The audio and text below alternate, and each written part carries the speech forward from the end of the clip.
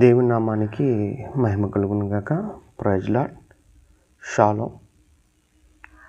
మరి ఈరోజు ఈ యొక్క వర్తమానం ద్వారా మీ ముందుకు రావడానికి దేవుడిచ్చిన మహాకృపను బట్టి దేవాది దేవునికి స్తోత్రాలు చెల్లిస్తున్నాను.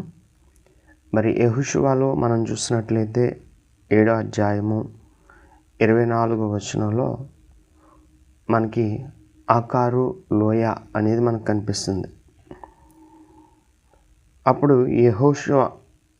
యెహోషువ మరియు ఇశ్రాయేలు అందరూ కూడా కోరహు కుమారుడైన ఆకానును వెండి వస్త్రము, బంగారం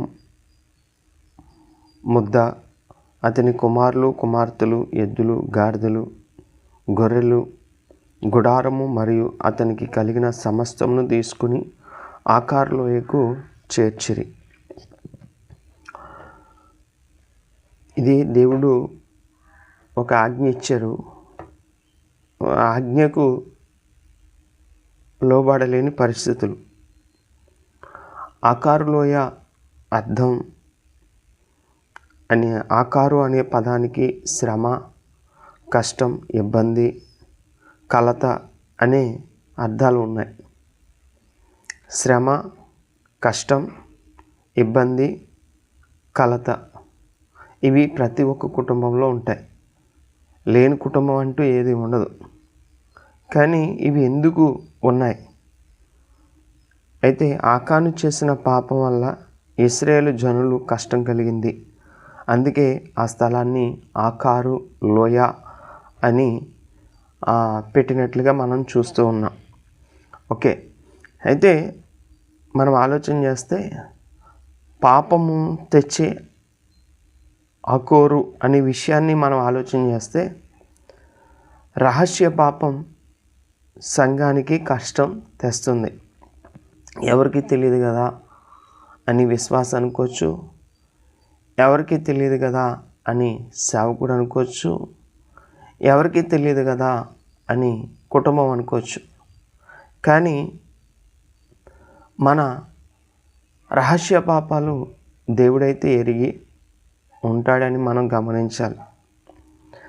ఆకాను దాచిన పాపం వల్ల ఇశ్రాయేలు ఓటమిని ఎదుర్కొంది. యెహోషువలో మనం చూస్తూ ఉంటాం. 7వ అధ్యాయము 11-12 వచనాలు మనం అక్కడ గమనిస్తే మనకి అర్థమవుతూ ఉంది.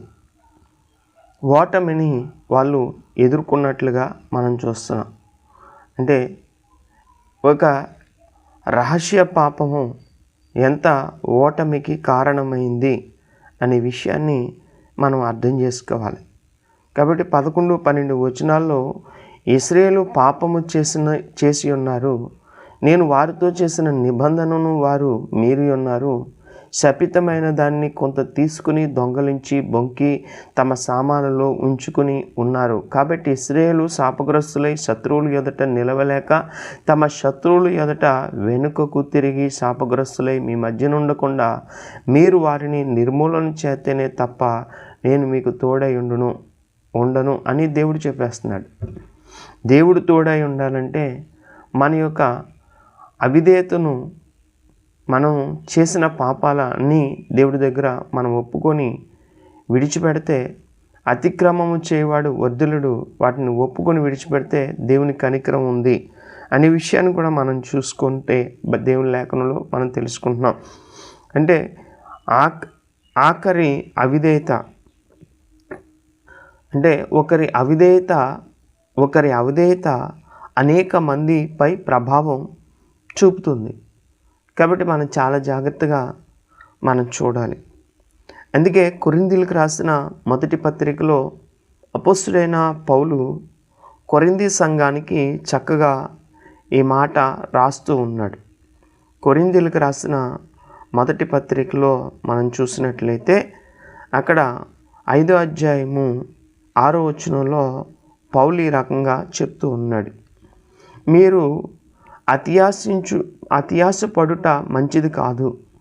పులిసిన పిండి కొంచెమైనను ముద్దంతయు పులియజేయనని మీరు ఎరగరా. ఇక్కడ కొంత పిండి పులిసినదంటే ఆ ముద్దంతా పులిచిపోద్ది అని ఇక్కడ పౌలు తెలియచేస్తున్నాడు. చిన్నదే కానీ ఎంత ప్రభావితం కలుగుతుందో ఒకసారి అర్థం చేసుకోవాలి. అందుకే పాపము తెచ్చే ఆకోరు, రహస్య పాపం సంఘానికి కష్టం తెస్తుంది. రెండోది, దేవుని దృష్టికి ఏది మరుగు కాదు అనే విషయాన్ని కూడా మనం అర్థం చేసుకోవాలి. ఆకాను పాపాన్ని మనుషులు చూడకపోయినా దేవుడు చూశాడు. మన పాపము ఎవరు చూడట్లేదు, కానీ దేవుడు చూస్తున్నాడు. సర్వశక్తి కలిగిన దేవుడు చూస్తున్నాడు. మహిమ గల దేవుడు చూస్తూ ఉన్నాడు. అద్వితీయ దేవుడు చూస్తూ ఉన్నాడు. అతి పరిశుద్ధుడైన దేవుడు చూస్తూ ఉన్నాడు. దేవుడు మన హృదయాలను పరిశీలిస్తాడు. మనుషుడు పైరూపాన్ని చూడొచ్చు, కానీ దేవుడు హృదయాంతరంగాలను పరిశీలిస్తూ ఉన్నాడు కనుక మనం చాలా జాగ్రత్తగా ఉండాలి. అందుకే ఎబ్రీలకు రాసిన పత్రికలో మనం చూసినట్లయితే పౌలు ఎబ్రీ సంఘానికి ఈ రకంగా ఆయన తెలియజేస్తున్నాడు. ఎబ్రీలకు రాసిన పత్రిక 4వ అధ్యాయము 13వ వచనంలో మనం గమనిస్తే, మరియు ఆయన దృష్టికి కనబడని సృష్టము ఏదీ లేదు. ఆయన దృష్టికి కనబడని సృష్టం ఏదీ లేదు. మనము మన ఎవనికిని లెక్క మొప్పచెప్పవలసి ఉన్నదో ఆ దేవుని కన్నులకు సమస్తము మరుగు లేక తేటగా ఉన్నది. మనము లెక్క అప్పచెప్పాలంట. సంఘానికి, కుటుంబానికి, మన ఆత్మీయ జీవితానికి, మనం ఖర్చు చేసే ధనానికి, అన్నిటికీ ఏది దేవుడు మనకి ఇస్తే అన్నిటినీ కూడా మనము లెక్క అప్పచెప్పాలి. కాబట్టి ఆయన త్రాసు దగ్గరకు మనం వెళ్ళినప్పుడు, మరి అతోచబడినప్పుడు, లేకపోతే మనము ఆయన లెక్క అడిగినప్పుడు 5 తలాంతులు, 2 తలాంతులు, 3 తలాంతులు, 1 తలాంతులు లెక్క అడుగుతున్నప్పుడు మనము బల నమ్మకమైన దాసుడా, కొంచెములో నమ్మకంగా ఉంటివి, అనేక వాటి మీద నేను నిన్ను నియమిస్తున్నాను అనే రీతిగా మనం ఉండగలుగుతున్నామో లేదో అనేది మనం కూడా ఆలోచన చేయాలి. కాబట్టి ఇక్కడ చెప్తున్నాడు, మనం ఆలోచన చేస్తే ఇక్కడ చక్కగా మనం ఎవనికిని లెక్క అప్పచెప్పవలసి ఉన్నదో ఆ దేవుని కన్నులకు సమస్తము మరుగు లేక తేటగా ఉన్నది. దేవుడు కన్నులకు మరుగు లేకుండా, మన మనుషుల కన్నులు కప్పవచ్చు, కుటుంబపు కన్నులు కప్పవచ్చు, సంఘ కాపరి కన్నులు కప్పవచ్చు, సంఘ కాపరి అందరి కన్నులు కప్పవచ్చు, దేవుని కన్నులు ఎవరు కప్పరు. కాబట్టి మనం అర్థం చేసుకుందాం. రెండోది, దేవుని దృష్టికి ఏది మరుగు కాదు అనే విషయాన్ని. మూడోదిగా మనం ఆలోచన చేస్తే పశ్చాత్తాపం మరియు పరిశుద్ధత విజయానికి మార్గం వస్తుంది. పశ్చాత్తాపం మరియు పరిశుద్ధత విజయానికి మార్గం. అందుకని యెహోషువలో మనం చూసినట్లయితే వారు ఇశ్రాయేలు నిలవలేని పరిస్థితులు వచ్చినాయి, జయము లేని పరిస్థితులు వచ్చినాయి. దేవుడు చక్కగా వారికి ఈ యొక్క పరిస్థితులన్నీ ఒప్పుకున్న ఆకాను విషయంలో, ఆకోరు లోయలో వారిని, వారి కుటుంబాన్ని, సమస్తాన్ని కూడా రాళ్లతో కొట్టి చంపి, రాళ్ళ కుప్ప వేసి, అగ్నితో కాల్చివేసి, తర్వాత దేవుడు ఏం చేశాడంటే 8వ అధ్యాయం 1వ వచనంలో మనం చూస్తే, మరియు యెహోవా యెహోషువతో ఇట్లనెను, భయపడకము, జడియకము, యుద్ధ సన్నుదులై వారందరినీ తోడుకొని హాయి మీదకి పొమ్ము. చూడుము, నేను హాయి రాజును, అతని జనులను, అతని పట్టణమును, అతని దేశమును నీ చేతికి అప్పగించి ఉన్నాను అంటాడు. నీ చేతికి ఇచ్చి ఉన్నాను. ఇక్కడ చక్కగా అప్పగించి ఉన్నాను, నీ చేతికి ఇచ్చి ఉన్నాను. దేవుడు విజయాన్ని, అంటే విజయ మార్గాన్ని చూస్తున్నప్పుడు మనం చూస్తూ ఉన్నాం. కాబట్టి ఇప్పుడు ప్రియమైన దేవుని బిడ్డలరా, శపితమైనది ఏది కూడా మన దగ్గర ఉండడానికి వీలు లేదు అని మనం అర్థం చేసుకోండి. ఒకవేళ శపితమైనది ఏదైనా ఉంటే ఆ రోజు శిక్ష అయితే ఉంది, ఈరోజు శిక్ష లేదు. ఈరోజు శిక్షను తప్పించుటకు క్రీస్తు ప్రభు వచ్చాడు. ఆ శిక్ష కొరకు ఆయన మరణించాడు. ఆ యొక్క పాపమును కొరకు ఆయన రక్తాన్ని చిందించాడు. మనల్ని తప్పించుటకు, మనల్ని మరణం నుండి విడిపించుటకు ఆయన మన యొక్క శాపము, పాపము ఆయన మీద వేసుకున్నాడు. ఈరోజు మనము ప్రభువుని అడిగితే నా తప్పులు, నా అపరాధాలు క్షమించు నాయనా అంటే అతిక్రమములు ఒప్పుకునేవాడు దేవుని కనికరాన్ని పొందుతాడు, దాచిపెట్టినవాడు వర్ధిల్లడు అనే విషయాన్ని మనం అర్థం చేసుకుంటే ఈరోజు విజయాన్ని చేరుకోవాలనుకున్నా, విజయ మార్గంలో నీవు వెళ్ళాలనుకుంటున్నావా అయితే దేవుని దగ్గర నీవు అడగాలి. అందుకే పాపాన్ని విడిచిపెట్టి దేవుని వైపు తిరిగినప్పుడు మన జీవితంలో అద్భుతమైన ఆశీర్వాదాన్ని మనం చూడగలుగుతాం. ఆశీర్వాదాల వైపు దేవుడు నడిపిస్తాడు, ఆశీర్వాద మార్గం వైపు దేవుడు నడిపిస్తాడు. మరణకరమైన మార్గం నుంచి, శాపకరమైన మార్గం నుంచి తొలగించి, తప్పించి విజయం వైపు మార్గాన్ని దేవుడు మనల్ని నడిపించబోతున్నాడు. పాపాన్ని విడిచిపెట్టి దేవుని వైపు తిరిగినప్పుడు ఆశీర్వాదం వస్తుంది. అందుకనే యోహాను రాసిన మొదటి పత్రికలో మనం చూసినట్లయితే చక్కటి విషయం యోహానులో మనం చూస్తున్నాం. 1వ అధ్యాయము 9వ వచనం, మన పాపములను మనము ఒప్పుకుని ఎడల ఆయన నమ్మదగినవాడు నీతిమంతుడును కనుక ఆయన మన పాపములను క్షమించి సమస్త దుర్నీతి నుండి మనలను పవిత్రులుగా చేయును.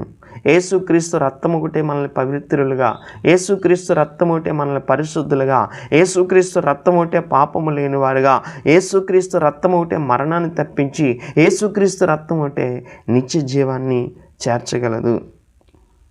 కాబట్టి ప్రియమైన దేవుని బిడ్డలారా, ఆఖోరు అంటే మనం చూస్తున్నాం కదా, ఆఖోరు అది ఒక విషయాన్ని మనం అర్థం చేసుకుంటున్నాం. పాపము తెచ్చే ఆఖోరు జాగ్రత్త. ఈ పాపము తెచ్చే ఆఖోరు మనలో ఉండకూడదు. హల్లెలూయా. రహస్య పాపాన్ని కష్టాన్ని తెస్తుంది. దేవుని దృష్టికి ఏది మరుగు కాదు.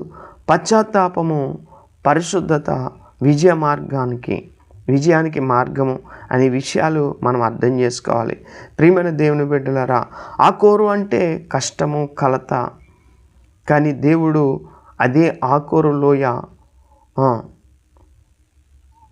మనము చూస్తున్నాం, ఆశీర్వాదకరంగా మారుస్తాడని చెప్పాడు. మనం ఆలోచన చేద్దాం. కాబట్టి హోషేయలో ఓ మాట అంటాడు. హోషేయలో మనం చూసినట్లయితే చక్కగా 1వ అధ్యాయము 2వ అధ్యాయము 15వ వచనంలో మనం చూసినట్లయితే చక్కగా అక్కడ నుండి దానిని తోడుకుని వచ్చి దానికి ద్రాక్ష చెట్లు విత్తును, ఆఖోరు శ్రమగల లోయను నిరీక్షణ ద్వారముగా చేసేదను. బాల్యమున ఐగుప్తులో దేశములో నుండి అది వచ్చినప్పుడు నా మాట వినున్నట్లు. హల్లెలూయా. మనం దేవుని మాట వింటే అది ఆశీర్వాదకరంగా దేవుడు మార్చేస్తాను అని చెప్తూ ఉన్నాడు. హల్లెలూయా. ఆలోచన చేద్దాం ప్రియమైన దేవుని బిడ్డలారా. కాబట్టి ఒక చిన్న మనం ఆ కథ ఆలోచన చేస్తే, ఒక గ్రామంలో ఒక రైతు ఉండేవాడు. అతనికి మంచి పంట వచ్చింది. ఒకరోజు ఆ పొలంలో చిన్న చిన్న కలుపు మొక్కలు కనిపించింది. చిన్నదే కదా అని దానిని తీసివేయలేదు. అయితే కొన్ని రోజుల తర్వాత కలుపు మొక్కలు విస్తరించి పంట మొత్తాన్ని కప్పేశాయి. చివరికి మంచి పంట చాలా వరకు నాశనం అయిపోయింది. చిన్న కలుపు మొక్కే కదా అని ఊరుకున్నాడు, పంట అంతా నాశనం అయిపోయింది. అప్పుడు రైతు బాధపడుతూ మొదట్లోనే ఈ చిన్న కలుపు మొక్కను తీసివేసి ఉంటే ఈ నష్టం వచ్చేది కాదు అని ఆయన ఆలోచన చేస్తున్నాడు. చిన్నదే అని మనం ఊరుకుంటే, ఆ పాపము చిన్నదే అనుకుంటే, ఆ కలుపు మొక్క చిన్నదే అనుకుంటే మన ఆశీర్వాదానికి దూరం అయిపోతున్నాం. కాబట్టి మనం ఆలోచన చేద్దాం.